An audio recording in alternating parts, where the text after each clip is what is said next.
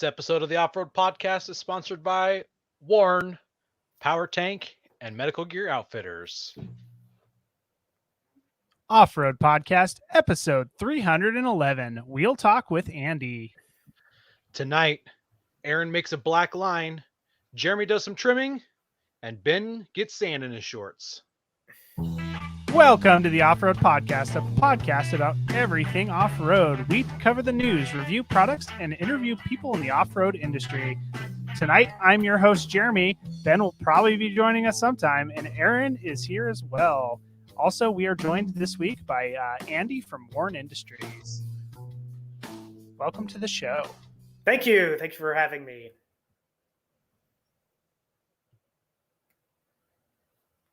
The Weekend Review is brought to you by Medical Gear Outfitters. What are you waiting for? Are you waiting to have a casualty on the trail? Check out medicalgearoutfitters.com to get straightened out. Medical Gear Outfitters has everything you need, whether you're going out for the day or traveling on a year-long expedition. Head over there to get off-road specific kits that meet all of your needs. And while you're there, make sure you use Off-Road Podcast for 10% off. I don't know what Coy is talking about, but I don't know that I want to know. Uh-oh, I wasn't even in the comments. I wasn't either. Here we go. He's got a caca going on. I think he's just excited for our podcast. And who wouldn't be? Yeah, absolutely. Andy's here. That means it's going to be a good day. Going to be a great day. Well, Aaron, let's start off with you. Typing it in right now. So, we missed last week. Sorry, you guys, that we were gone from the show, but it was almost 120 degrees here. It was bad. So, and none of our podcast studios are air conditioned. Eventually, we'll move up to a fancy one like Andy is in currently, which probably has. It was 88 degrees in this room last week, and that is with the air conditioning. So. Oh wow.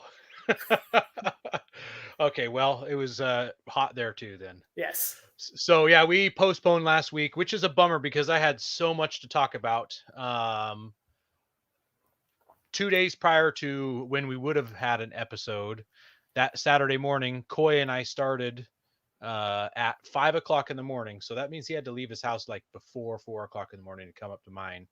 And we started shoving the Titan engine into the Frontier.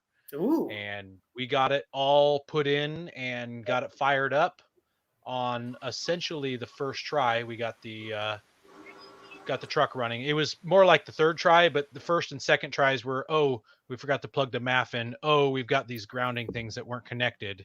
But once we figured those things out, the third time we turned the key, it fired up, came right online and was good to go. So Nissan Titan is alive inside of my Frontier.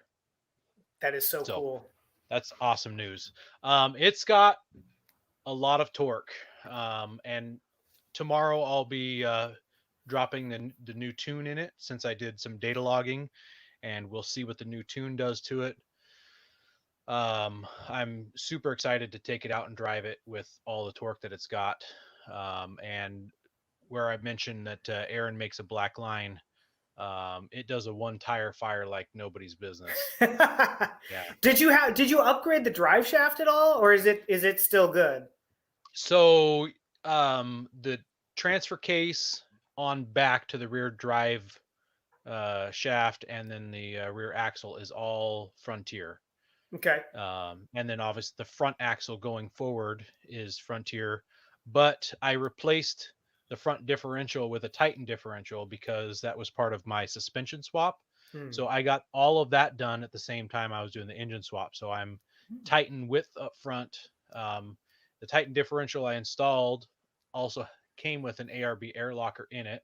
Ooh. And I confirmed today with a jack stand that the ARB locker works. So I cool. bought all the parts and pieces, and I had some spare time in between doing stuff that I got the front air locker all plumbed up, rocker switch in the cab.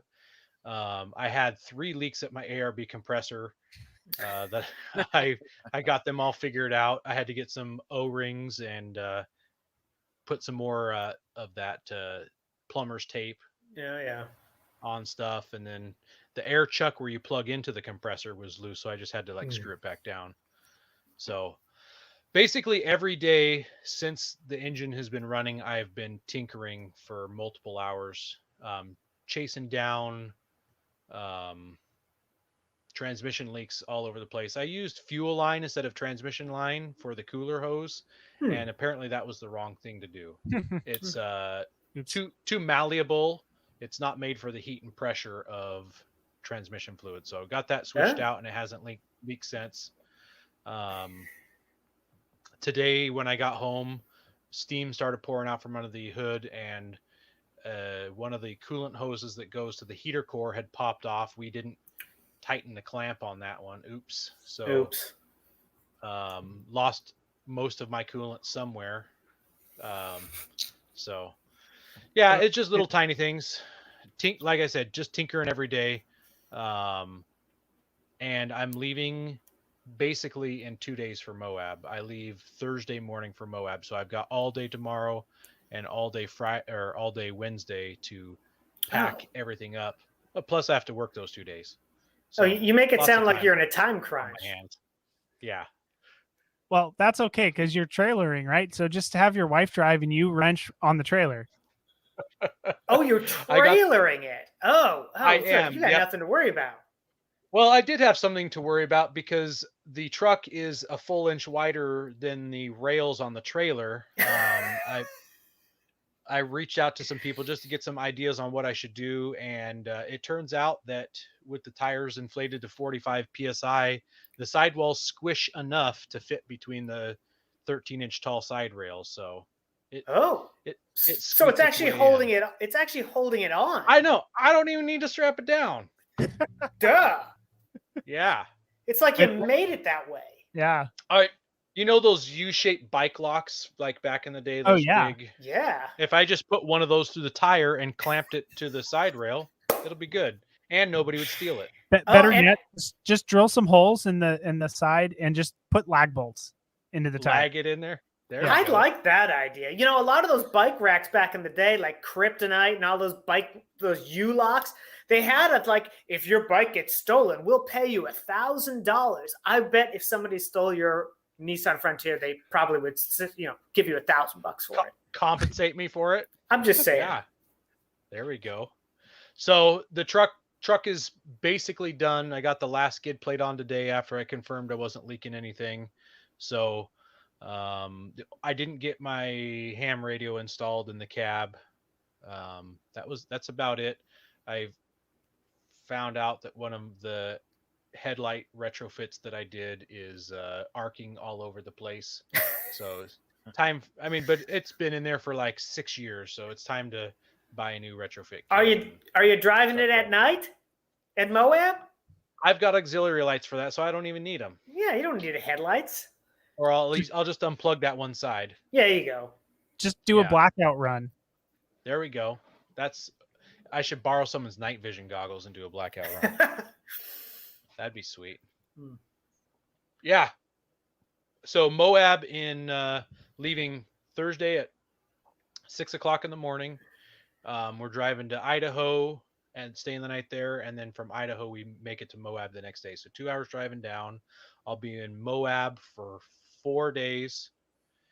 And then from Moab, we leave to go to Ouray for 3 days. And then we drive home 2 more days. So I have done this exact trip. Days. I have done this exact trip, although we went Portland to Idaho, Idaho to Ouray, and then Ouray to Moab, and then Moab back. But gotcha. Have you been to either place before? Negative, Ghost Rider. Oh, I'll tell you what. Ouray is one of my favorite places in the entire world for four-wheeling. It is just unbelievable. It's not like, you can find difficult stuff, I suppose, but like it is so scenic. And if you like history, there's a ton of history with the mines and all that stuff. And it is just amazing. Just fantastic. Aaron likes driving by all of that and just ignoring it. And for the day. Not if that's what the trip is going to be all about. And if we're planning for it, then I'll definitely take the time to slow down and stop and smell the ghost towns. Are you sure with that V8 engine, you're gonna Oh. want to slow down and stop? Mm. Oh man, it's gonna be so tough. Yeah, the truck just wants to run, man. It sounds really good too. So when we fired it up, it was open headers, and it sounded like Oh, no joke. It sounded like Top Fuel Dragster. It Yes. was Play amazing. that video. Let me get that video. It never goes as good. Yeah, video. it doesn't. Yeah, it never sounds good in audio. And then we put the exhaust on, and now it sounds. I'm not a NASCAR guy, but it sounds like when the cars are driving, like when they have the in-car view of the guy driving NASCAR, and you hear the engine howl behind him. That's what it sounds like. So you got to put Pretty some excited. sweet exhaust cutouts on there, like the electric exhaust cutouts, to go full NASCAR when you're at like 13,114 feet at Imogene Pass in Colorado. read the comments. Here's your answer. Uh-oh. So my wife just wrote in the comments he's going to have to if Ew. I'm in there. I'm So- assuming she's talking about stopping at all the scenic points. Oh, that could be. Oh, Yeah, That would probably also refer to loud exhaust though. She's going to have to not do it if she's in there. So yeah, it's pretty loud. I'd love some of those electronic cutouts like they put on the 392. yeah. Yeah. Yeah. So I should mention real quick about the exhaust. I bought a Nissan Titan exhaust catback essentially. Hmm. And I left one 3-foot section out, and it basically all slip fit together and works for my truck. I had to cut all the hangers off and re-weld new hangers on in different locations and make them longer. Mhm. The only part I'm concerned about is where it turns out near the spare tire out the rear quarter section. And those tips, there's a pair of nice shiny chrome dual tips, and they are just going to get smashed off Yeah. the first ledge I go down. Just You will smashed. get what I call the official tailpipe of Moab, Utah.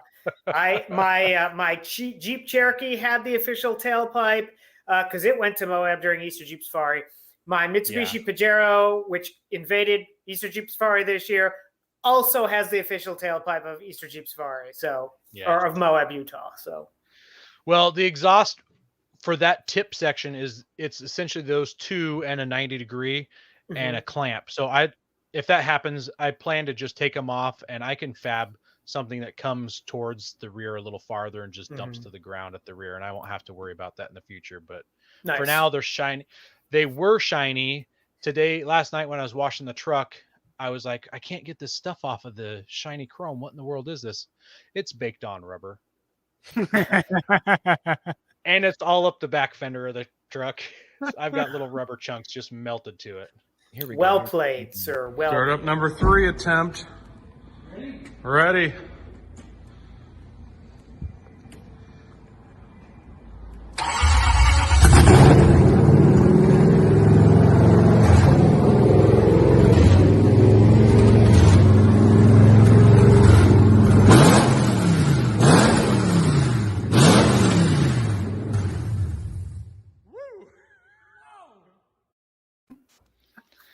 You can't tell how loud it was, but it was loud in there. glorious. There was so much glory in that video. And the look on your face said it all right there. Don't change a thing. Just dump it right there. Who cares? We're done. Yep. So anyways, yeah, that's enough about me. I feel like talking this whole time, but I'm like on cloud 9. I'm so excited that the swap went over and everything. And I should, before I stop talking, give a huge shout out to Coy. Coy came out 5 times from where he lives, which is over an hour away, and worked on me with that truck. And one of those days was in that blistering heat. And we worked on it he was there for, I think 12 or 13 hours that day. And I kept working into the evening, and then I worked the next day. I put 24 hours into that truck that hot weekend in that hot shop just to get it going. So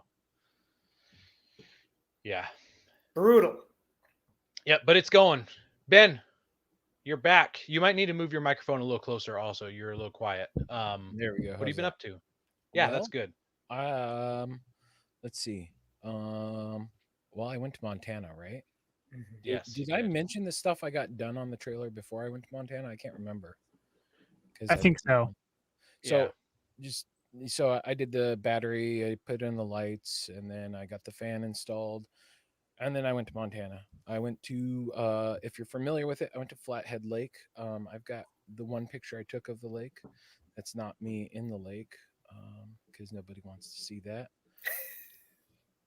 No, seriously, you don't.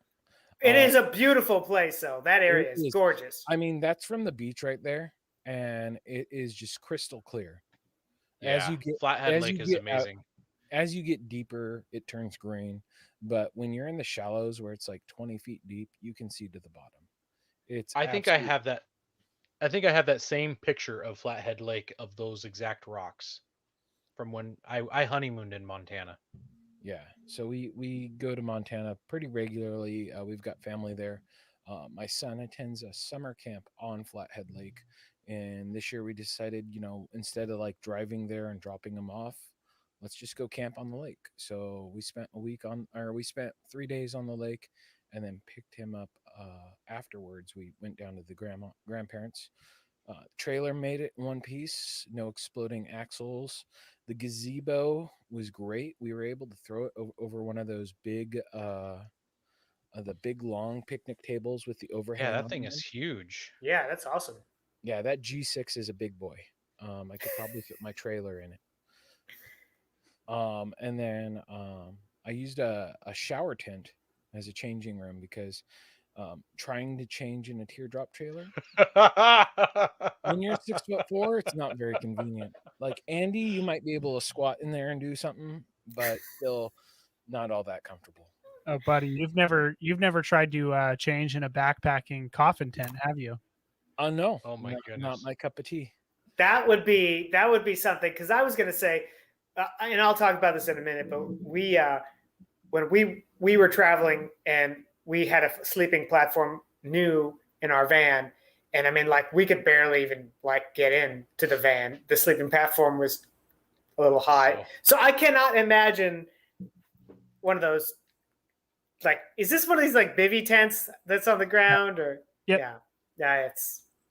Yeah, no, thank you. And that's how the space is by my legs in the rooftop tent is. I've got 12 inches, 13 inches from the mattress to that goes over my legs because that's where the kitchen is.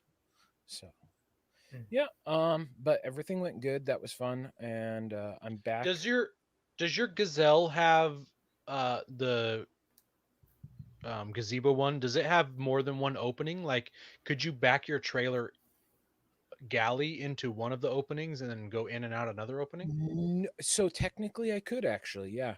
So it's got the main opening, and then on the back side of it, it's kind of got like the Gazelle tent door on one end. Oh yeah, yeah. Like the little triangle door. So Mhm. I could use that. It'd be a little funky, but I could make it work.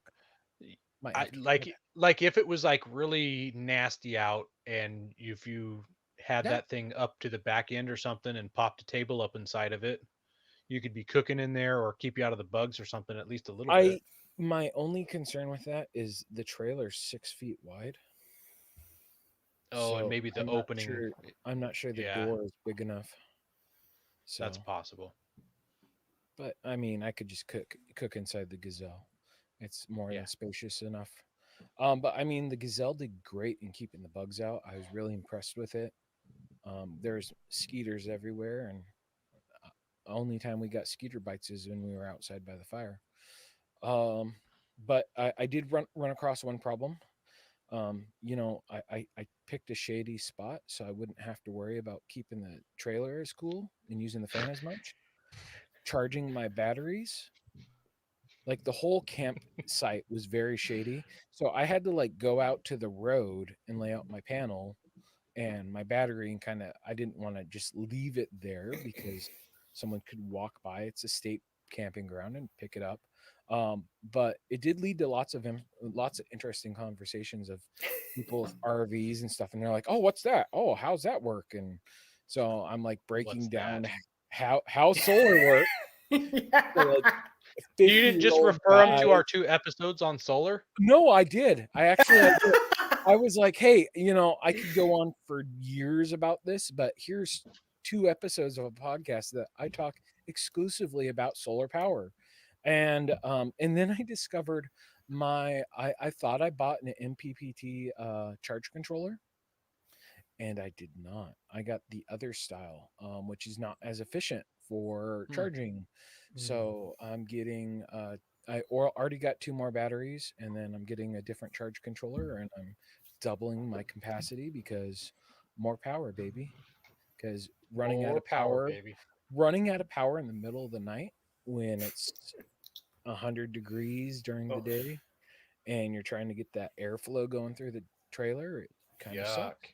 But fortunately enough, I was able to use my Jackery that night. It didn't power it for the whole night, but it worked till like 6 in the morning. So, and my in-laws loved my Jackery so much that they used the Prime Day deal and they bought themselves a Jackery and a solar panel. So, yep. And now we're getting ready. We're leaving for the Ocean Shores this weekend with the boys. It's my middle son's birthday, so I've got I'm working the next 3 days and taking an extra 2 days off and going with a 4-day weekend and gonna go. Oh, I camping. thought you were going to the beach this weekend. No, this weekend. Yeah. As I'm in the weekend we just finished. Oh no. This weekend, what was I doing this weekend? It was just chaos. Okay. Oh yeah, and I still have not adjusted my caster, so turning in the Forerunner's still really fun and loud. Uh-oh, that's not good. No, it's a quick fix. I just gotta use the time wisely, and other things are more important. Expedition didn't die. I was kind of disappointed in that. I was hoping that would die. But the Die? Forerunner's- How come? so it can go away and we can just get like a Sequoia or something. What? I just hate Why that didn't you too, just so buy a much. Why didn't you just buy a Sequoia? That's what I wanted, and the wife couldn't find one in her budget because she doesn't like the first gen Sequoias because she doesn't like the interior. Oh. Yeah, she's trying to convince me to sell the Forerunner and find something else, and I'm just like, not the market right now. Cheap jail. Ooh, Well, it's a good time to sell. It's a great time to sell.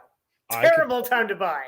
Yeah, I would really love a Land Cruiser, or a Sequoia, but it's just a terrible time to buy. So Yeah. it is what it is. It'll happen when it happens, and I've decided today's the day I've decided that the Forerunner is going to be blue. I think we'll see what I say next week. But I've got a week coming up at the end of the month where we're not going camping or anything, and work said I can do it at work, and I can just go in after work on a Saturday and paint it and pick it up on Monday during work. So Like what color blue are you thinking? Like a dark blue, a light blue? a darker blue, and definitely not like a sky blue. More like a red, white, and blue type blue. Oh, okay, got it. Is there such thing Purple. as baby poop blue? Because if so, that's on it coming No, out. it's gonna come out. It's gonna come out purple. You wait. I'll tell you It's- what. he's gonna- If you're He's gonna if say your blue, ba- and it'll be purple. if your baby is pooping blue, then you need to bring the baby to a doctor. Yeah, that's Windex blue. I think your baby's been drinking Windex or eating lot of blue crayons. Is your baby a Marine? Is it eating crayons right now? Oh, that would be scary. Yeah, that would not be ideal. That's for sure. Nope, definitely not ideal. So yeah, that's been me, and it's just been crazy. I took some time off work and I came back, and today was a catch-up day, and it's just been crazy. So what about you, Jeremy? Well, before I start, I think we should vote on a name change for the podcast and start calling us the V8 Off-Road Podcast. Just saying. Ben, you Well- better catch up. You got to catch up. I've got to get a different 4th gen apparently with a V8. Uh-huh. Hey, By Josh, the way, you want to trade? I'm sure he doesn't. Probably not. So the Jeep is pretty much back together. The only thing that I have to do is put the front drive shaft in, which I'll get to later, and put the skid plates back on. So this weekend I was able to go ahead and I trimmed the inner fenders to fit with the Falcon shocks because they're a different design than my old shocks were. So the inner fender was definitely hitting those. So I trimmed those, got those installed, finally put the rear fenders back on. So I'm happy about that. I installed, with my LOD tire carrier, I got a rack as well, kind of the same one that Rick has. Just it's pretty much just good for carrying a little bit of firewood, but it's kind of nice to not have your firewood in the back of your car, especially if there's bugs crawling all over it. And then I was able to wash and wax the Jeep, which is the first time that that's happened in probably a year and a half. I mean, for a year it was sitting in my garage. Probably would have washed it right before I pulled it into the garage if I had known it was going to be there for a year. But whatever. At least it's back up and running now. So I've been driving it around. It's been awesome. I did have to shift the front axle back last week because I was hitting.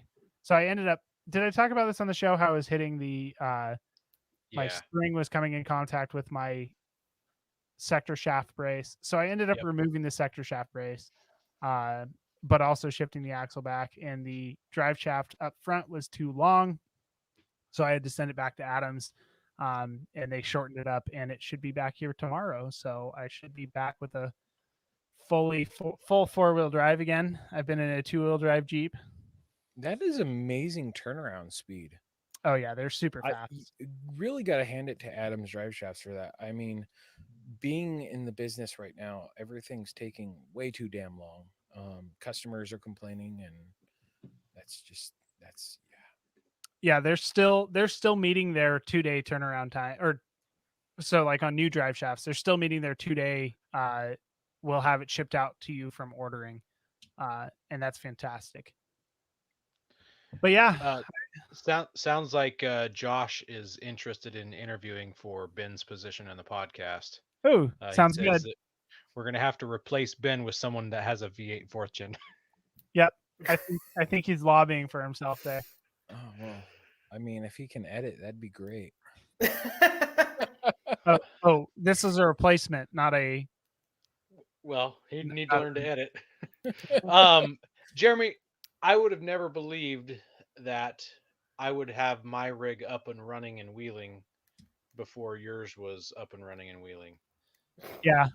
I mean, technically I could go wheel it this weekend if I wanted to, or on Wednesday and beat you. Maybe I should go technically. out. There you go. Yeah, you get that drive shaft in, that way you can wheel it. Coy and I are talking about when we show up in Moab Friday night after we unpack, going night wheeling that night. So you'll have to beat Friday night. Friday night. Well, I could probably just jump out there really quick and just go through the gatekeeper and then call it a day, right? I don't even have to air down for that. So Jeremy, the big question is I haven't seen a picture of your Jeep out of the garage. Like, where's the pictures, man? I shared one last week or last show. I thought last week when we were last show. No, when you were here. Did you share it? I don't remember that. Pixar didn't happen. Pixar didn't happen, dude. Well, I don't have a camera phone, so that's difficult for me. What is it, 1996? What is this? No, I have an iPhone. My work makes me take my camera out. Military base. Top secret. Never mind. Top secret. Top secret. Well, I have to kill you. I'm not going to get into it. Yeah. I have lots of opinions about it. That's all right. I think it's kind of a dumb rule, but whatever. Got it. I think that's all I had this week. Andy, have you done anything off-road related in the last week or two? Oh, yes. So we just returned last week and a half ago from 6,000 miles on the road, doing sort of I guess the kids call them working vacation. Oh, there you go. There's the Jeep. See, it's out of the garage. That's right. You did share that picture, but that means it's just moved 20 feet. Oh, it's gone 200 miles now. Oh wow! Okay. You got all your braking miles done? Pretty much. Yeah. Good. Well, so we just got back. My wife and I just got back from about 6,000 miles of on the road. I guess the kids call it working vacations. So, in other words, we drove from Portland, Oregon to Wisconsin, saw some family, worked from there, and then we drove from Wisconsin to Los Angeles, and we had our Mitsubishi van fit up at Front Runner Outfitters and had a roof rack prototyped from them, and they're actually going to add that to their catalog, which is cool. And then drove back. Now that was mostly on road. So, but in terms of off road, I decided now would be a good time, considering it was 116 degrees here in Portland last weekend. That this weekend I would start and put the lift kit on the van. I have a little 1.5 inch lift kit, heavy duty springs, heavy duty torsion bars, that kind of stuff. New Rancho shocks. And I knew that those rear Rancho shocks needed some modification. I was told that. So, of course, I wasn't exactly sure what needed to be modified. I thought the inner diameter of the rubber bushing, polyurethane bushing, needed to be widened.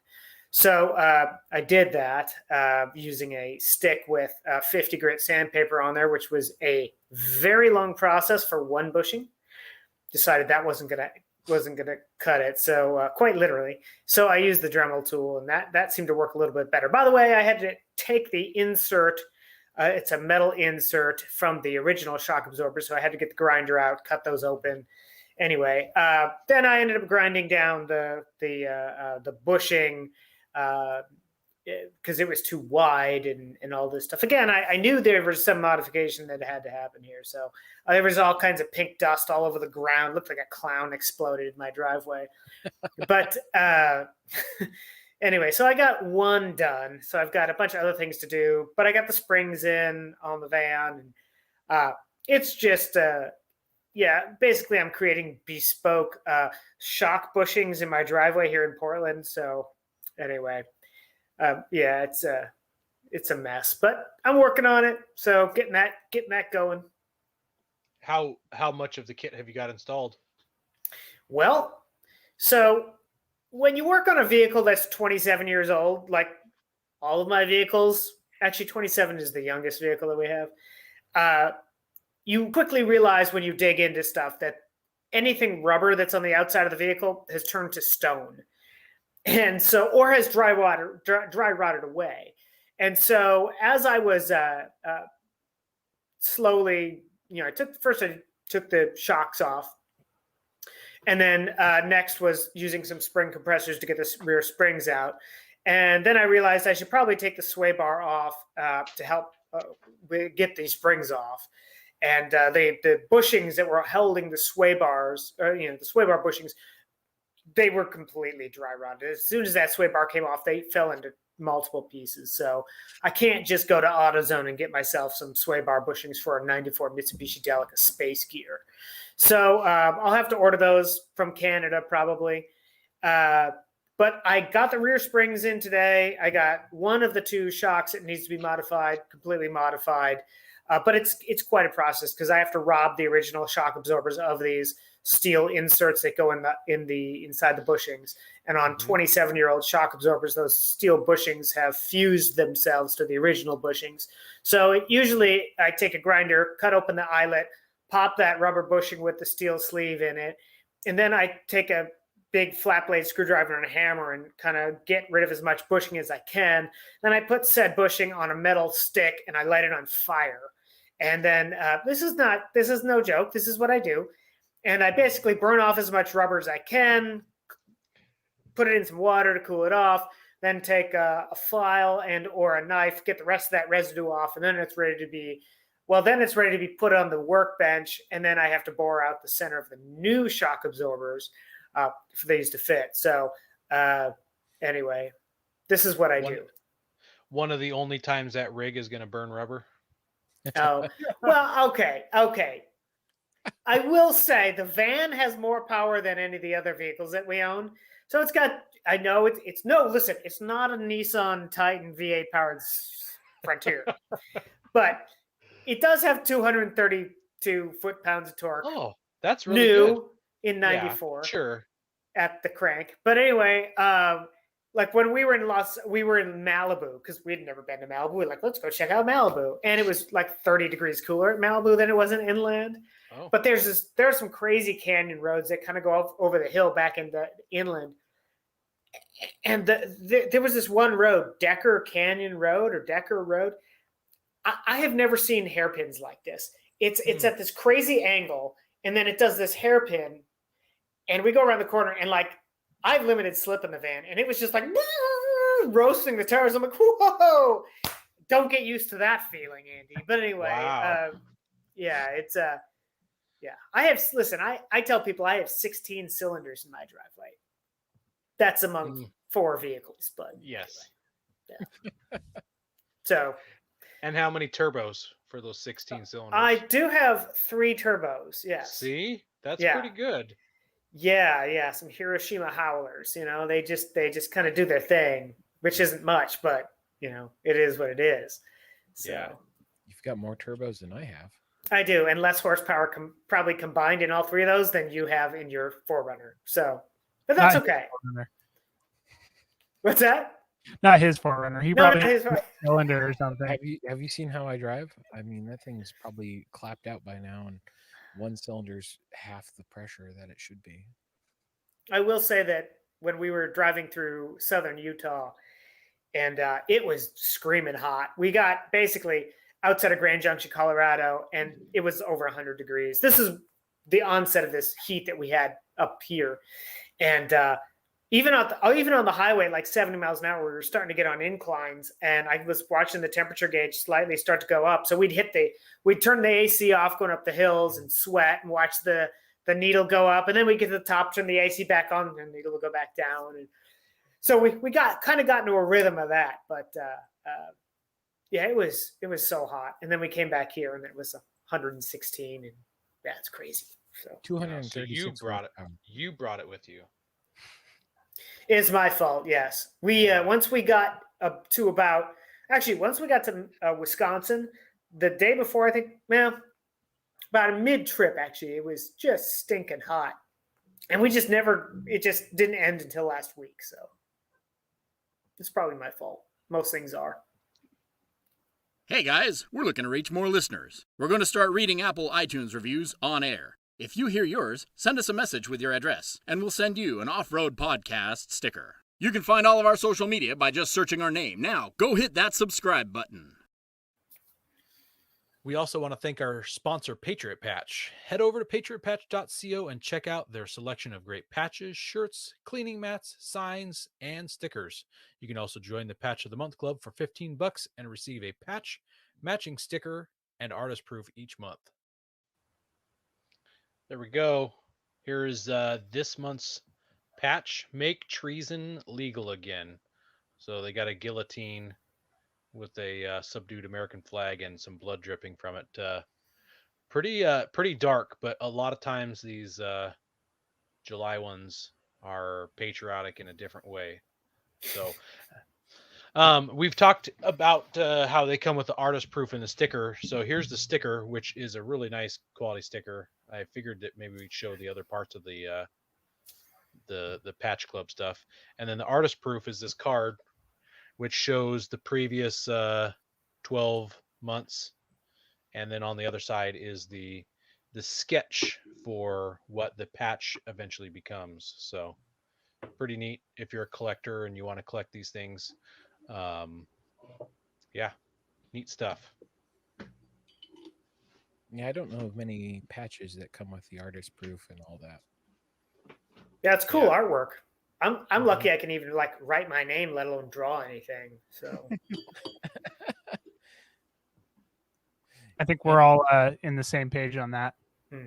Yeah, for sure. Andy, how many horsepower do you have? in which vehicle?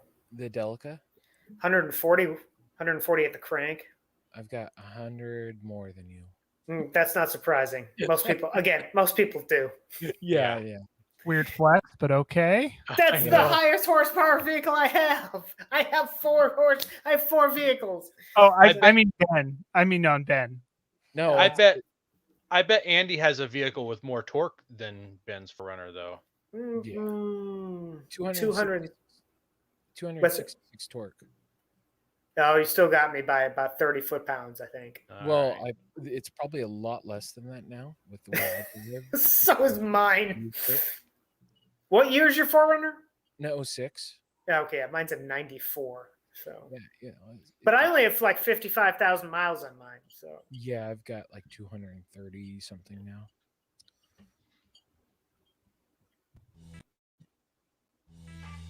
The news is brought to you by PowerTank, the ultimate mobile onboard air system for performance, versatility, and reliability. They are your source for all air-related accessories. Check them out at powertank.com.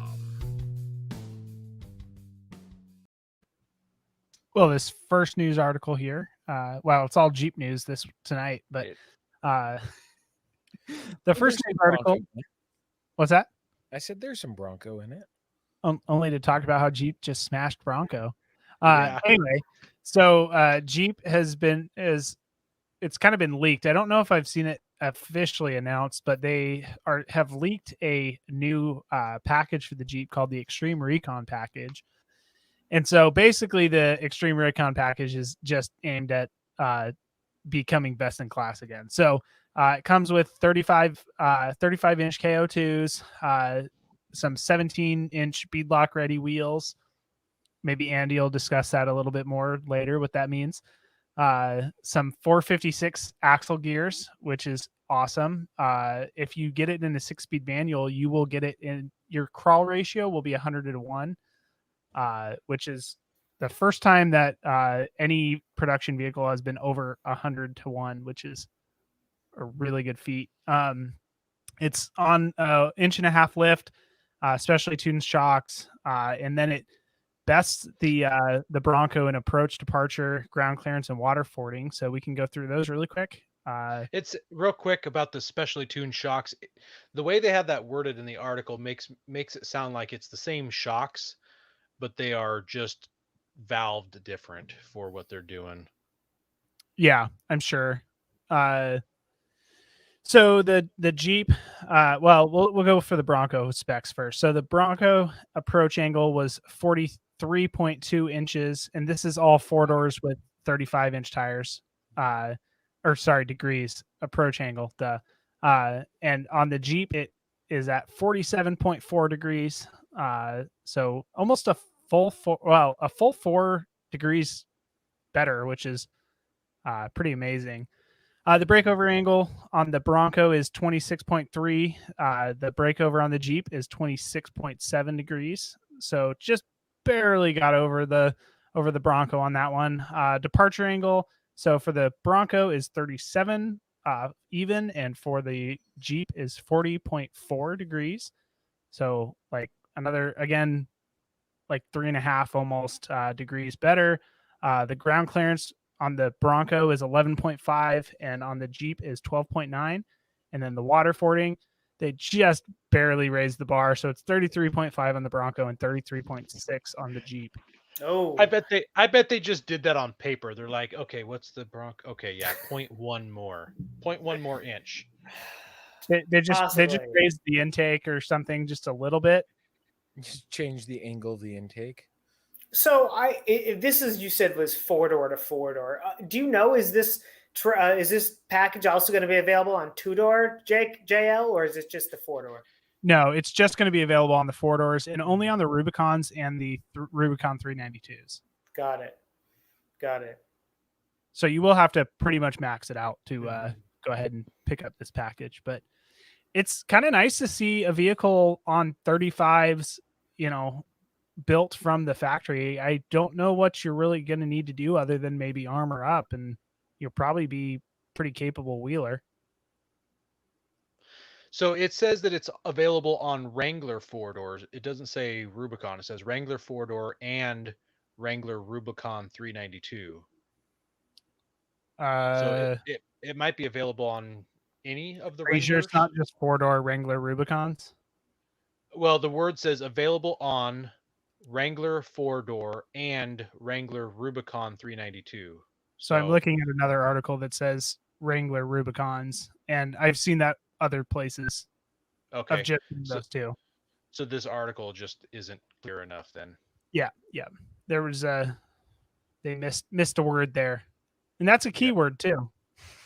Clearly. Well, I'll tell you what, that is, the Wrangler versus Bronco is certainly setting up to be a battle for the ages, if you will, in terms Absolutely. of factory spec four-wheel drives. It's like, we've seen all kinds of other sort of battles of the ages in terms of car stuff, but like right now, that's the big one, and of course, competition is good for all of us. So it makes you kind of wonder, is anybody else going to get into this game, or are we just going to go watch? Are we just going to watch Jeep and Ford battle it out? Well, Well, it's so- interesting because Toyota's due for a new model 4Runner here soon, and then you've got the Nissan Frontier. I saw someone's like, "Wait for the Frontier, we'll see what they do," and I was kind of like, "Have you seen the Frontier for the last 20 years?" Well, the Frontier is coming out for real this time. They've been teasing it for a couple years, but it is coming out. Yeah. I was going to say, had the Bronco not been released, would Jeep have ever even bothered coming out with this package? I don't think Or so. with Or the even the maybe eventually. 392 package? I think the No. competition's good. Andy hit it on the head. The consumer definitely wins from them going at it. Mm-hmm. Yeah. Absolutely agree. I have not driven a 392 yet. My wife's driven the 392. I have some friends that have driven 392. It's awesome. But also there's that Wrangler 4xe that's out now. I just spent 9 days. I just spent 9 days with a Rubicon 392. I'm sorry, Rubicon 4xe. We even got permission to take it out wheeling out in Tillamook State Forest, and it's a whole nother game. So kind of wonder, like, is Ford going to do something with electric or hybrid four-wheel drives? Because that, I'll tell you what, instant torque with that four-wheel drive and the hybrid in all EV setting, almost to the point where you got to be careful about not just pegging the throttle and just launching it going full send over stuff, because it's instant torque. Yeah. I remember when you and I were talking about this because you've tested quite a few hybrids, right? Mm-hmm. And their comparable gas version. It's like my Camry. It's got a little get up and go when you step on the gas because of that hybrid electric assist. Right. Like, I can see that being on the trail being handy. Yeah. It's just, it depends upon how they work it in. It'd be cool to see that in like a 4Runner and other off-road related vehicles where it could definitely assist on the trail. And If Ford there- has if- plenty of hybrids. If there was a plug and play electric motor and battery setup I could have put in my Frontier, I would have totally considered doing that. I think that would have been amazing, especially since my truck is turning into more of a dedicated wheeler than it will be a commuter car. So yeah. Well, we Power Wagon Oki says, "Man, I'm just glad there are still manufacturers who are willing to make awesome stuff." So Here. we've got some more Jeep news here. This is the good Jeep news story. Can one of you guys pull up the video on this one? The good Jeep news story. Well, good for right now. Good for people who hate Jeeps like I do. I did some air quotes there for people listening to the podcast. Oh, I'm gonna have to move this tab over here, I think. So this news is about the Michigan Jeep plant that is completely underwater. We're going to share a little video. Or was. Oh man, I don't know if it still is. Yeah, that's true. Ooh, that's bad. I hadn't heard about this. There you go. There you go. Push that play button. I don't think the audio is anything to listen to. Oh, boy. Yeah. So you can see just they're tops. outside of a it's basically a parking lot for all the vehicles that have been built, ready to ship, and Ooh. all you can see is the tops of the vehicles, as Aaron said. Those look like Dodge Durango tops to me, and this Yeah. plant specifically says that they make the Dodge Durango there, and they're going to be building the new Jeep Grand Cherokee L there, or are making it there. That looked like a Wrangler, but I could be wrong. I don't see anything that looks like a Wrangler, but Yeah, that's That's a lot of water. That's a Yep. lot of water. Yeah. Yep. So yeah, to so make it's like within 6 inches of the top of the roof. So that's Oof, yeah. 5 foot deep water or something. Yeah. Yep. That's just going to make the whole used car price Yep. even it's, worse. So yeah, Dodge Durango SUVs. yep. That's rough because those are probably all waiting for what are they called? The Semiconductors. semiconductors for some That could be. controller. Yeah. Yeah, that's I wouldn't want to be their insurance company right now. mm-mm. Our local fire department has a brush rig on order, and they don't know when they're going to get it because it's waiting on some chips. Yeah, I just finished up a brush truck at work. That was some intensive wiring. We wired in all the lights, and it was Nice. 40 hours of wiring. Don't turn those on. Go prepared with Warren Industries. They produced the first recreational winch in 1959 and lead the industry with their dedication to quality and reliability. When you dig yourself in deep, make sure you have the right tools to get yourself out. Get Warren equipped and go where others can't. Now, let's get ready for adventure and head into our main topic.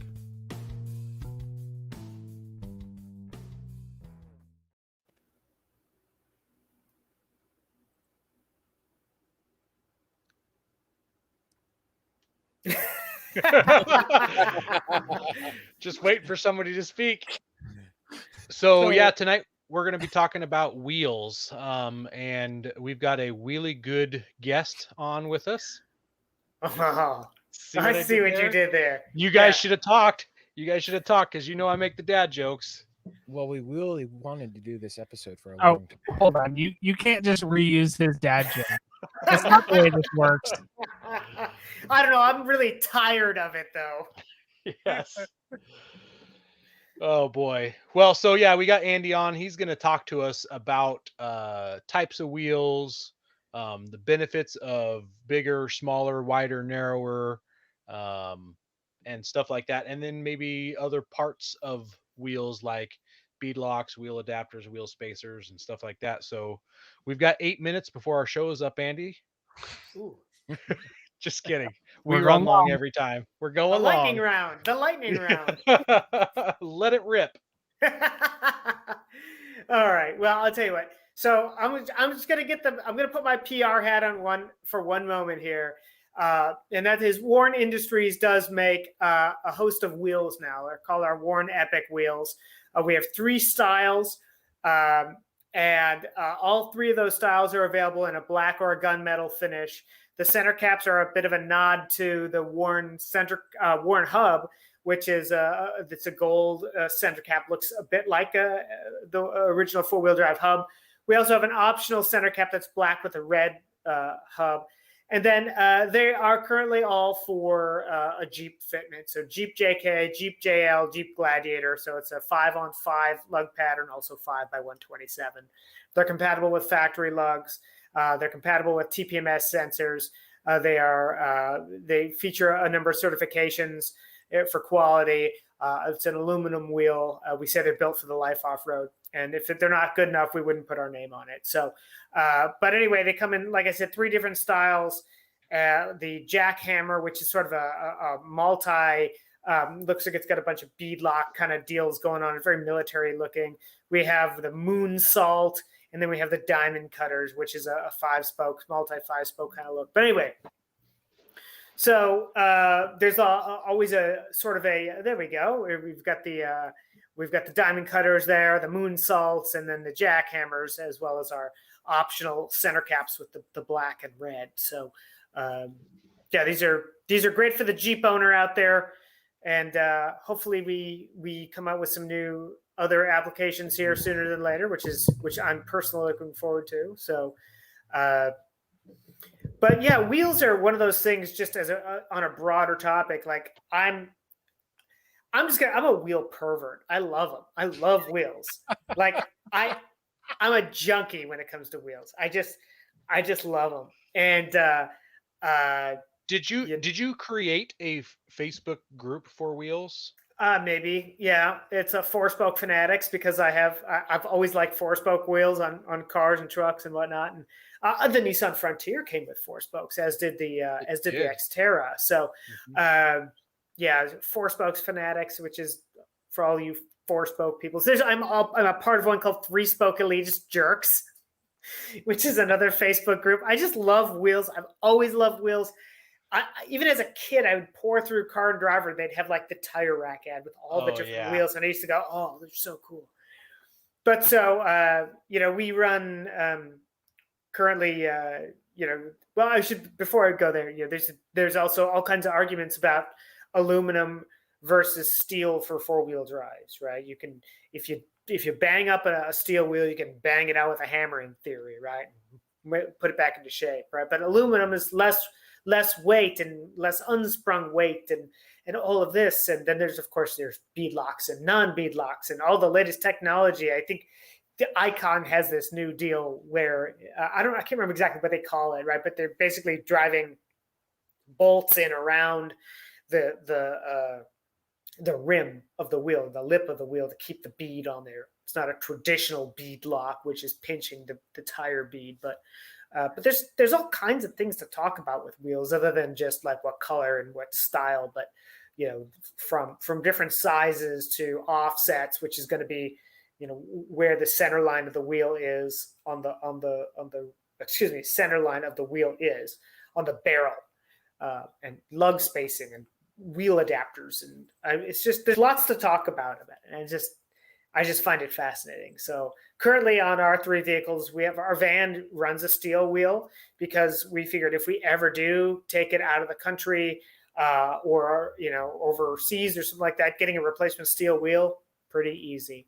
Our two Mitsubishi Pajeros, they're both on 1552 alloy wheels. One is their analog and one is their Turbomac HD Classic. Both of those are going to be a 16-inch wheel. When we ran the Alcan 5000, we ran stock Toyota FJ Cruiser wheels, aluminum, but in a 17. And that was to accommodate 17-inch studded snow tires. So I just kind of love all things about wheels. I really love it. So. This is the checkers game where grandson and grandson and grandfather will bond. I've seen that ad way too many times. Yeah, I was trying to open up a link about the new Icon wheels, and I got it. Jeremy, yeah, why don't you play that real quick since we mentioned it? Yeah. The Icon Alloys Rebound Pro with patent-pending interlock technology features an all-new bead retention system that utilizes a series of O-ring sealed, hardened alloy pins. The pins are inserted radially on the inner side of the tire bead to prevent the tire from unseating during extreme side loads or aggressive driving. This allows users to safely run lower tire pressures off-road, resulting in better traction, increased comfort, and a higher level of confidence on or off the beaten path. To validate the effectiveness of interlock technology, the Rebound Pro is subjected to the FMVSS 139 tire bead unseat resistance test, where it exceeded the mechanical limits of the testing machine multiple times without ever debeating the tire. Additionally, interlock wheels are lightweight, strong, and are fully DOT compliant for the ultimate blend of on-road safety and off-road performance.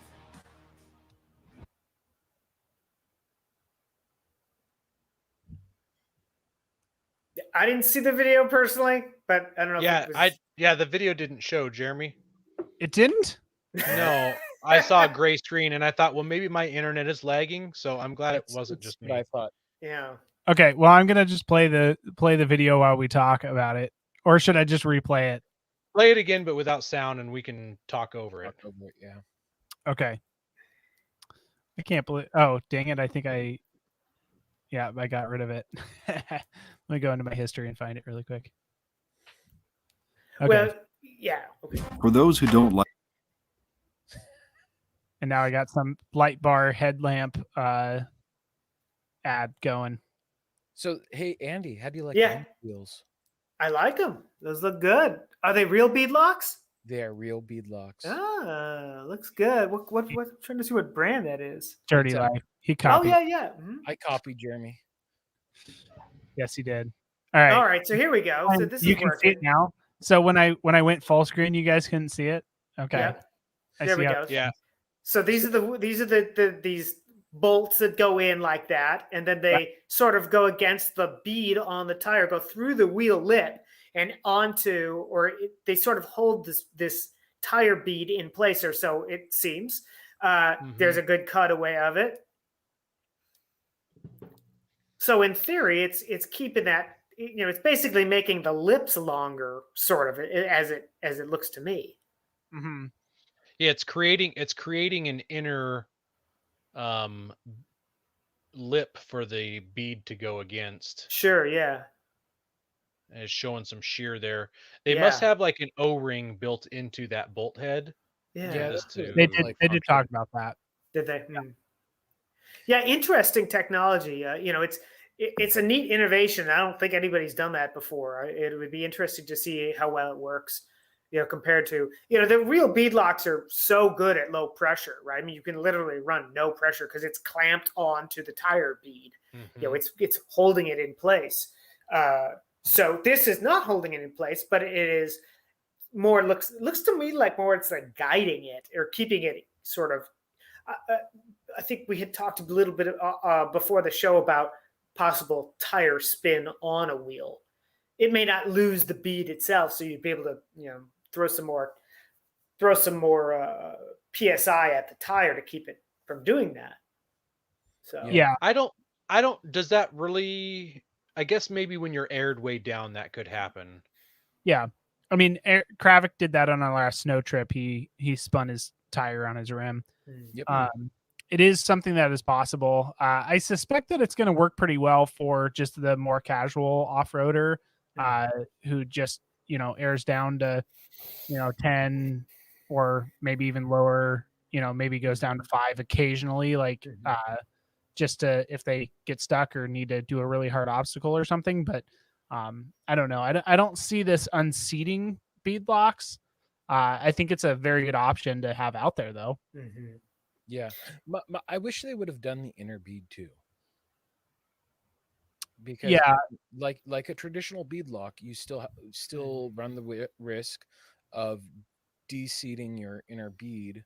Yeah, the logic there is the inner bead does a lot better at holding onto the tire because of the way that the inner bead is shaped. So for those who don't know, I should have left that up there to have that nice good cutaway of what a wheel looks like. But the outer bead of a tire has a very sharp drop off, and that's to aid you in getting the tire mounted.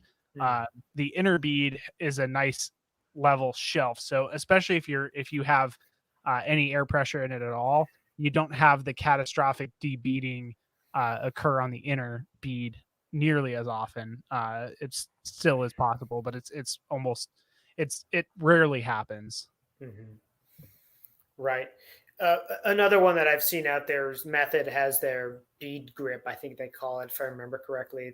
It has something to do with some ridges that are on the inside of the lip. I don't know whether or not it's works really well, but that's another like bead lock alternative, to a traditional bead lock. So. I've sold a handful of those, and you can actually feel the difference in it. And see, my tire guys hate them because mounting them is a little more difficult. Sure. Really? You've just got to add more air pressure, from what I've heard, to really get that bead to pop into place. And adding the tire lube in there helps. But I think it's neat to see wheel companies coming out with new technologies, to see if there's an improvement that they can do before going full on bead lock, which is a proven method of off-road tire. But a lot of people don't want to run bead locks. They're heavier, first of all, and there's a lot to a bead lock system in terms of making sure you've got the bolts all torqued down right and all that. I actually know a couple of people that have had issues. They were putting a bead lock on and inflating it, and I'm not sure exactly what happened, but the the bead lock actually kind of blew off and it injured his hands really badly.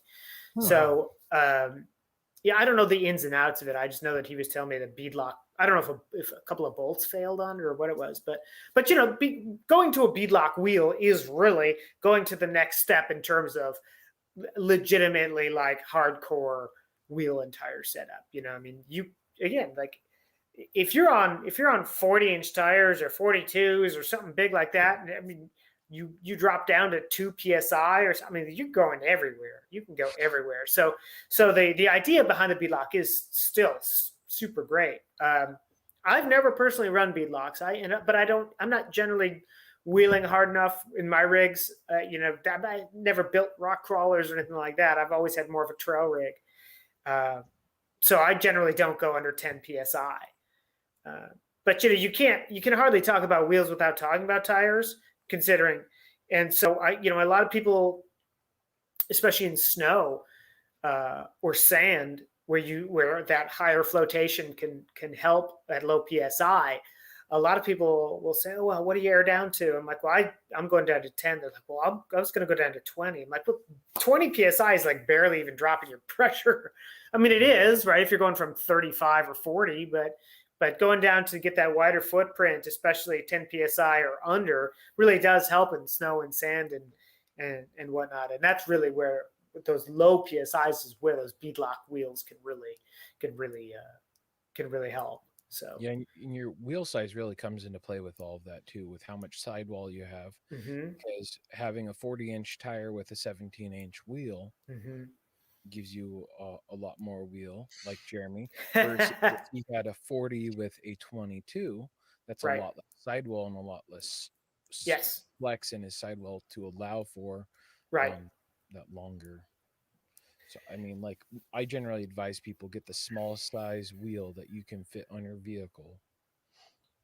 And then the general rule of thumb is you want twice as much tire as wheel, or as close to it as you can get.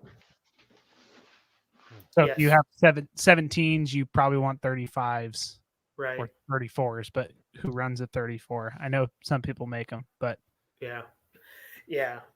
To quote the immortal line from Friday, "They tens, but I keep them clean."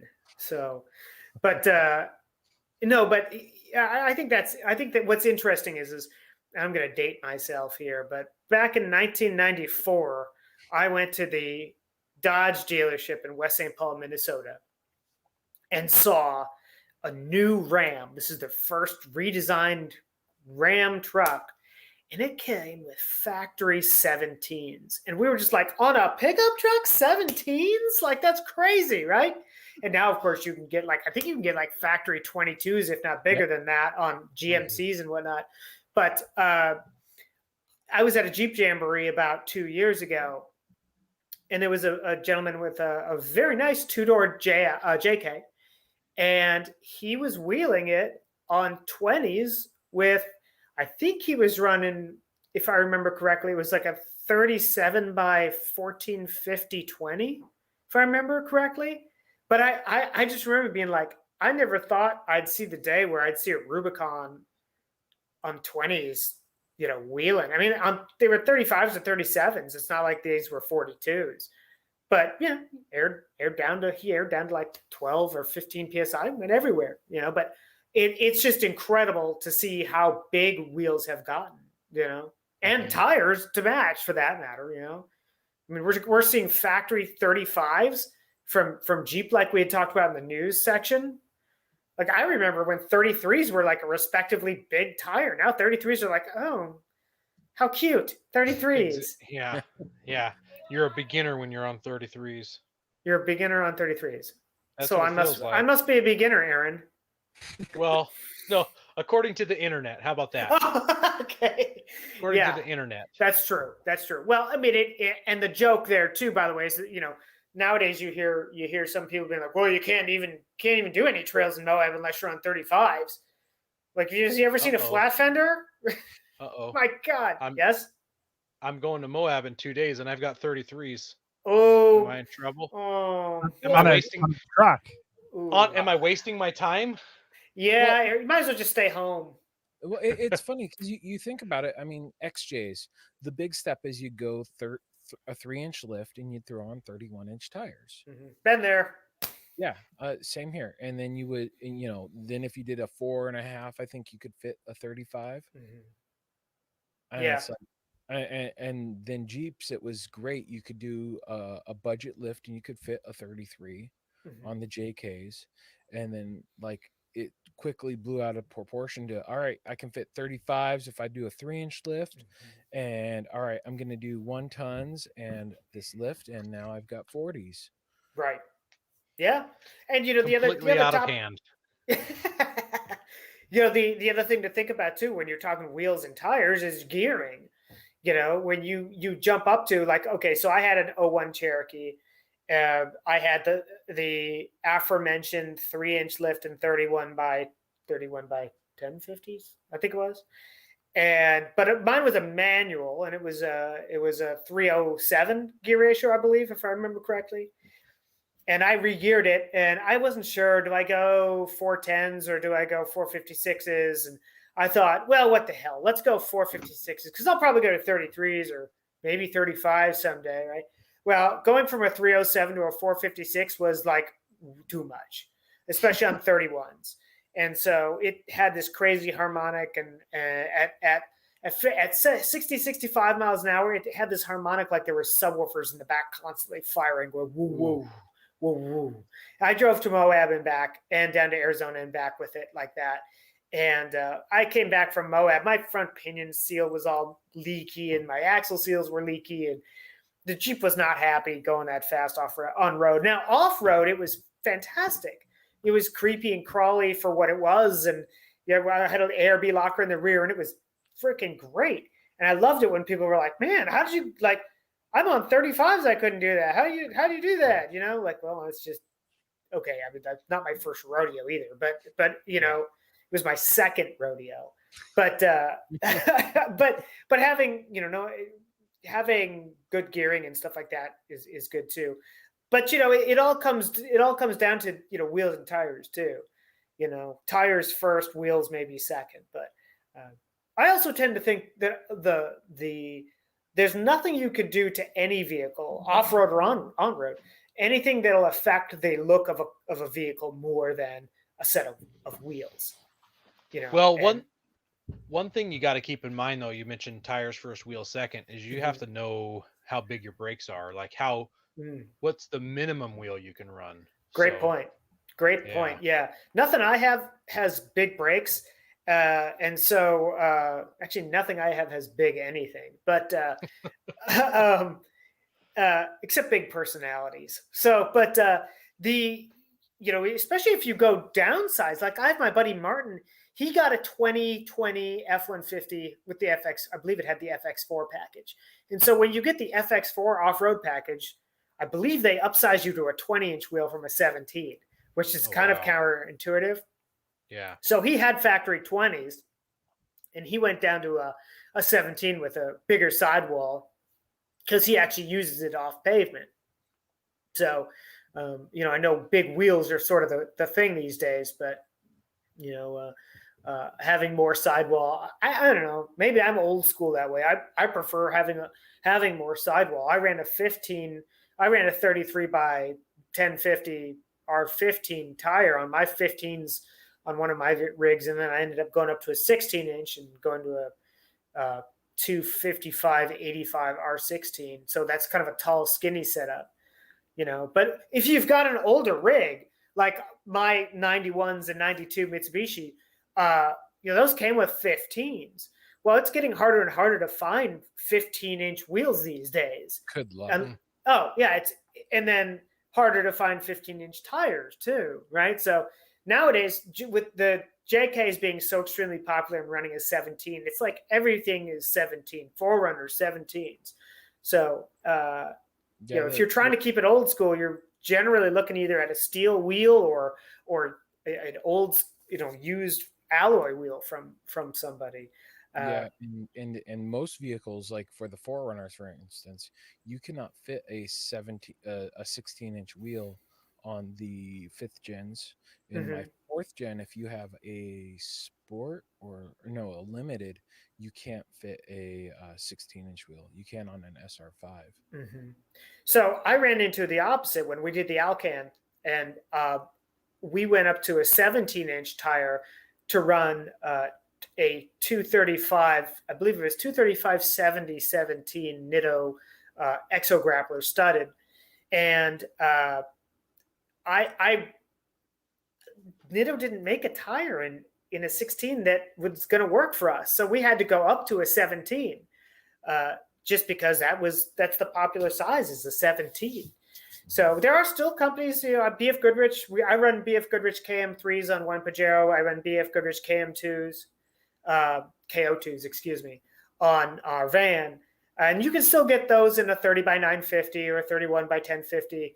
But your tire selection is so much greater starting at a 16. And, 16-inch wheels are kind of the small tire or wheel these days, So, but there's an amazing selection of 17 and above. So, and then you start talking about offsets, right? Offset is going to be, or backspacing. Offset is going to be where the center of the wheel face is in relation to the width of the barrel, right? So it's that center line. So a zero offset wheel is going to have the center mounting face at exactly dead center on that wheel wheel barrel. And so a negative offset means it's going to push everything out farther towards the fender, right? A positive offset is going to suck it in a little bit closer to the wheel. So making sure you find that offset that works perfect for you makes a huge difference in a number of things. First of all, it can make beautiful, perfect. So if you run a real big negative offset like the one you're seeing here on the right, that can push those wheels out so far that you could possibly rub the outer portion of the of the tire at full lock on either the inside of your mud flap or the bumper, or at full flex, it might rub the top of the fender. Now, a positive offset is going to suck those wheels in a little farther, so you probably don't have to worry quite as much about the potential of rubbing the outside of your tire on the fender, but you have to keep in mind where your suspension components are, because if you run a too high of a positive offset wheel, you could rub the inside of either the wheel or the tire against either your shock or strut, or potentially the springs. So finding that offset is important. So a lot of Toyotas, they're running a zero offset. A lot of the Jeeps are running a zero offset in the aftermarket. So I know the 1552 wheels I run on both of our vehicles have a zero offset. So that mounting is going to be dead center. The vehicles the wheels that they came with were all positive, about plus 33. Nissan Frontiers, they always run a real high offset wheel from the factory. I believe it's a plus 33. That's almost like a car fitment. What it's like if you bought yourself a, it doesn't matter, like a Nissan Sentra or a Honda Civic, whatever. They're going to run a positive offset wheel, a high offset wheel. But it just depends on the manufacturer. Every one of them is different. But there's a number of really great websites out there. One of which is, I believe it's called Will They Fit or something like that. I better wheel they fit. No, Dad. So I can't. I think it's Will They Fit or something like that. WillTheyFit.com, online wheel and tire fitment calculator. Boom, there it is. So it allows you to enter in different wheel offsets along with tire sizes too.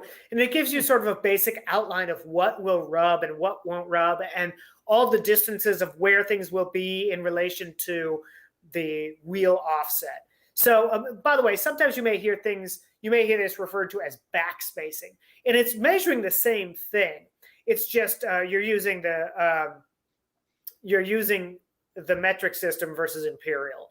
So backspacing is measuring in inches the space behind the mounting surface, I believe.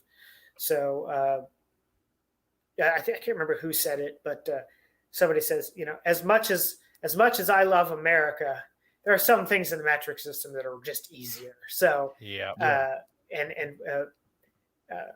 wheel offset to me is one of those things that's pretty simple. Zero is it's in the dead center. So, right. But there are plenty of good offset to backspacing charts and vice versa out there. So if somebody's if somebody's talking about wheel backspacing, there's an easy chart out there. Just Google it and hit images, and you'll find it. So, and then people oftentimes talk about getting the right setting, get the right offset. Like, oh, okay, well, a 0 is still not enough. They want, let's say, a -19. But those wheels that you love, they only come in a 0 offset. So how do you get it to make it look better? Well, then we enter the extremely controversial topic of wheel spacers and wheel adapters. So people love to hate them. Some people love to love them. Some places won't work with them. Some places won't work with them. You've seen all the memes where people have stacked 10 of them on top of each other and ridiculous things like that, which I find hilarious. But, there are people that race King of the Hammers that use wheel spacers, and they swear as long as you torque them down correctly, they're fine.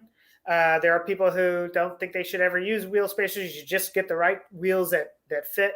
I've run a wheel spacer on my off-road trailer for years with no ill effects. Now, it's a solid axle with no shock absorber. It's just got leaf springs on it.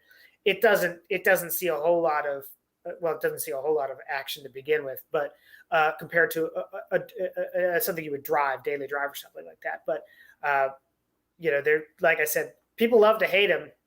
So, but I was thinking about putting some small ones on. Actually, I have run spacers on the back of a front wheel drive car just for looks, because the backs were sunk in so much, and I never had any issues with it over 30,000 miles. So, but everybody says if you're going to run wheel spacers, just make sure you torque them correctly. Make sure you check them regularly so they don't fail. But they are another failure point. And they do a lot of the wheel spacers you get nowadays actually come with Loctite too. Okay. Just to make sure that after you've torqued them, they stay torqued in the right spot, because having a wheel come off is never fun. No. And I'm gonna guess, like anything else on the automotive aftermarket, you get what you pay for. So if you're getting El Cheapo, spacers and whatnot, versus you buying Spider Tracks or another brand that's well known. I know Nitro Gear and Axle sells. That's what I've run in the past of my trailer. You're getting stuff that is quality. And then you talk about things like if there are also the kind of wheel spacers that literally just get sandwiched between the hub and the tire, and a lot of the times they don't leave enough wheel stud. They don't leave enough to get the full twist on the lug nuts, and that's bad. When every wheel spacer I've ever run has either come with extended lugs or a completely different set of like for adapters. The trailer has adapters to go from I don't remember exactly what it was, 5x114.3 to 5x139.7, I believe it was, or maybe it's the opposite. It was 5x139.7 to 5x114.3, because I used to have this on pulling behind a Suzuki with that bolt pattern, and to run matching lugs, matching wheels. I ran the spacers. So, man, I'm nerding out on this. So I'm running wheel adapters on my trailer also. Because a Nissan bolt pattern wasn't something in existence for trailers. So I had to get some other bolt pattern wheel spacers. And when I ordered my axle, I ordered it 3 inches narrower. So the spacers are either 1 inch or 1.5 inches thick. I shouldn't say spacers, adapters, so that it can transition, because I want to run the same wheels on my truck as I do on my trailer. Yeah, and I think that's a valid point too. When I had both my Suzuki and my Jeep, the trailer, I always ran matching wheel on it, so I didn't have to carry a dedicated spare wheel and tire for the trailer. Now, I haven't bothered to go from the 5x139.7 to a 6x139.7 and then new wheels and tires. So I went and bought a full size matching spare, just a steel wheel, and I bought some guy's used spare 31 by 1050 that I just put on the trailer tongue. So if I ever do need a replacement wheel and tire for my trailer, I'll just pull it off the tongue, and hopefully that will get me to the next town. Yeah, and I always recommend like when I'm selling, if someone's getting wheel spacers, is you go with a hub centric versus lug centric, because your wheel is setting on the lugs or the hub, and you want it on the hub itself, considering the amount of abuse. If you're off-roading, you're putting it through. With daily driving it, putting it on lugs, not a huge deal, but if you're going off-road with it, definitely go hub centric, because this is the off-road podcast, and yeah, hub centric's the way to go when it comes to this world. It's a lot easier to shear a hub. It's a lot harder to shear a hub versus it is shear some lugs. Right. Another thing people talk about too is, especially with regards to aluminum wheels, is the construction, right? There's cast wheels, and then there are forged wheels, right? So forging is going to be much stronger than a cast wheel, but they're also going to be a lot more expensive. The forging process, you're essentially beating a billet of steel or of aluminum rather to the shape, whereas casting, you have a mold and you're pouring it in there, and you have more potential issues with porosity and air pockets that can lead to failures. So the other thing, of course, is a forged wheel is going to be a lot lighter. And this is something that I always typically associate with on-road cars, especially racing, if you're doing autocross or road racing or something like that, or where every little pound is critical. But they are going to be more expensive, more strong, but quite a bit more expensive. I personally run, like I said, steel wheels on one rig, which are heavy. Steel wheels are heavy, but cheap. So there's always these balances and these ratios that you've got to kind of, which feature and benefit is more important to me. So, well, one thing I've seen done is, if you can find out what other people are doing, at least we did this with our jump car race car, is find another vehicle that has an OEM alloy wheel, and that's going to save you some weight over a steel wheel. And because it's OEM, it's going to be strong. It's not some knockoff wheel, right? And you'll be able to get it for cheap because people are selling the living daylights out of them because they want nicer wheels. You can't get really any money for any used Toyota wheels off your rig, even if you just drove it off the showroom to the tire store 1 mile away and they're essentially brand new. They just don't have much value because of how many Toyotas are out there. I think I picked up I picked up 4 17-inch FJ Cruiser wheels for $60. Oh my goodness. I had to drive to Eugene to get them, I think, or maybe was it Eugene? Close to Eugene to get them. But I was like, for $60, I mean, like I can't buy one steel wheel for $60, let alone 4 alloy wheels. Yeah, every now and then you can. Some of them will be more expensive. In case of the Toyotas, like the TRD Pro wheels are slightly different. And then, like if you're looking at like Ford wheels, say you've got a Raptor, someone's selling off his wheels. Some of those have a very similar setup to Jeremy and I, where they have a simulated bead that comes off, and you can buy the rings to make it an actual bead lock. But you have to do a little work. You can't just bolt them on and there's a bead lock. And see, I'm constantly looking on Facebook Marketplace and Craigslist and every other place, just looking at wheels. It's just like this thing. And I saw there's somebody I think it's on Facebook Marketplace, that's selling 2, unfortunately just 2, of the Nismo Frontier wheels, which are, I believe, a forged unit. And I think they're made by Ray's Engineering. Ray's. I just saw those tonight. Those wheels go for so much money because they're so rare. Yeah, and this guy, I think he was asking $500 for 2 of them, and which is not too bad, but there's just 2 of them.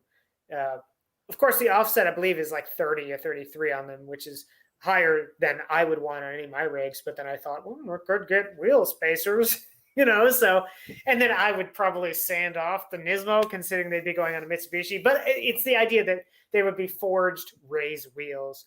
Yeah. But it's there's just so many. There's just an endless world of wheels and combos and colors and I just love it. If anybody's wanting to know what to get me for my birthday, Wheels. wheels. Send them eventually. Do you want to touch real quick before we clock out on maybe lug spacing? That usually isn't something you can change on a vehicle, but like seems like some Toyotas come with 5 lugs, some come with 6 lugs, things like that. Things like that. Is it having more going to make it stronger? Having them farther apart, will that make it stronger? Should everybody just go to 8 lugs? Yes. So having 8 lugs will make you more attractive to the opposite sex. So no, just kidding. Just kidding. No, it it is. It kind of is what it is. I think the biggest, for me, I think the biggest thing with lug spacing is there are oftentimes wheels that you like the looks of that are not available in the spacing that you want. Like, oh, there are these wheels that are 6x139.7, and I have a Jeep with 5x127. What do? Well, you can buy adapters, which kind of goes back to the last conversation we just had there. There's, some people, I guess you can have them filled and re-drilled. I've never done anything like that. It seems sketch to me, but I don't know. It's not, again, not something I've ever done.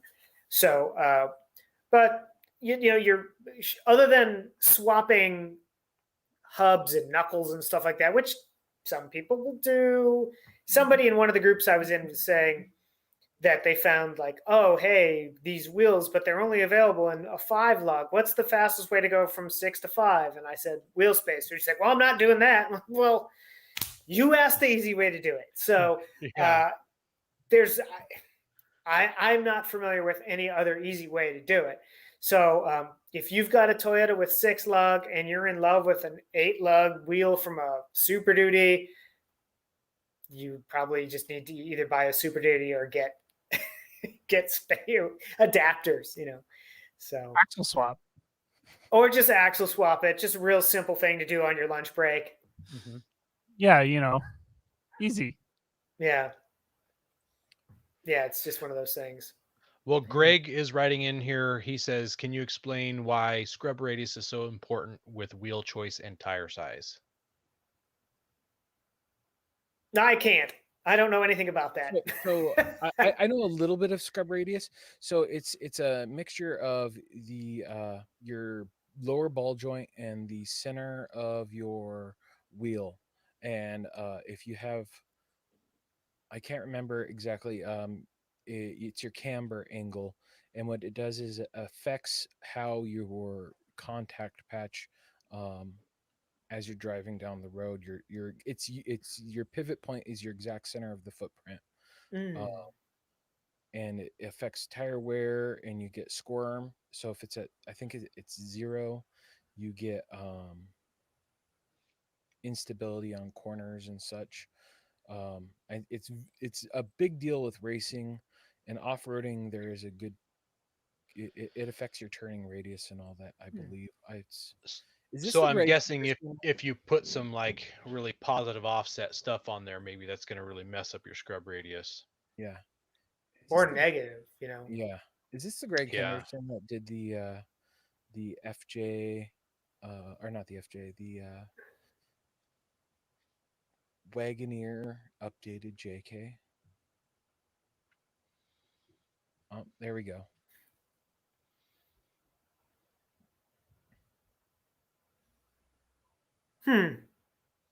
So he says it's a direct line through both ball joints to the contact patch on the earth. Too much scrub or not enough scrub definitely negatively affects driving quality. That's interesting. Yeah, that's not something I'm familiar with. Yeah, I'll have to read up more on that. Just it sounds interesting to me. More. I'm familiar with camber and caster and toe in and toe out and stuff like that with regards to alignment and how that works, and it can positively and or negatively affect a vehicle's performance. But I'm not intimately familiar with. I'm actually not familiar with at all with regards to scrub radius. I'll have to study up on that. Yep, that is the Yeah. Greg Henderson I thought it was. There we go.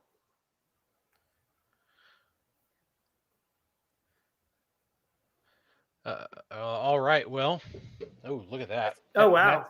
That's that Greg Henderson. Very cool. Share that picture a little longer. Let's look at the wheels on it since it's a wheel episode. There we go. 5 lugs. Yeah, that's a JK with a. That's not 5 lug. That's a 5 lug. It's a Wrangler. Doesn't Well, look factory 5 lug. 5 lug. Yeah, so it's a factory. It looks like a factory 5 lug with a. It's a Wrangler that's been converted to a Wagoneer front end. Absolutely Yeah. gorgeous. I love that. And I've been meaning to there's- ask Greg to come on the show sometime. Now I have. There's 5 holes there, Jeremy, unless you're counting all the beadlock holes. No, for some reason I don't know. It must be the angle. I don't know. The sun's coming. The sun's in your eyes. Yep, exactly. Oh yeah, I expanded it, and yeah, now I can see it's only 5. And I'll have all these pictures in the notes if you're listening. So yeah. Well, we want to thank everybody once again who listens to us weekly. We appreciate you guys hanging out for our 1.5 hour long podcast, which is a full half hour longer than the horsepower hour, guys. You just get that much more content when you listen to us. Ooh. Make sure to go to our Facebook page and like us and subscribe to our Facebook fan group as well. Help us grow that and share us with your friends. Tell everybody about our podcast. We appreciate you guys, and God bless America. Don't forget to visit Patriot Patch and join the Patch of the Month Club. Check out our Gaia affiliate link for up to 40% off. Also, don't forget to head over to Warren and Power Tank to see all of their great gear. We are a proud part of the Firearms Radio Network. Got a question or comment? Send it to us through our webpage at firearmsradio.tv or through our social media channels by searching for Off-Road Podcast. Also, you can listen to us live at overlandradio.com, Mondays at 7 p.m. Pacific. When off-road, please remember to have fun, tread lightly, be safe and courteous, and thanks for listening. You know, us going long has really become a pattern. Yeah, it has. So I was looking. I looked out my offset. So factory wheels are 30 on my Toyota, and I'm at -38 now.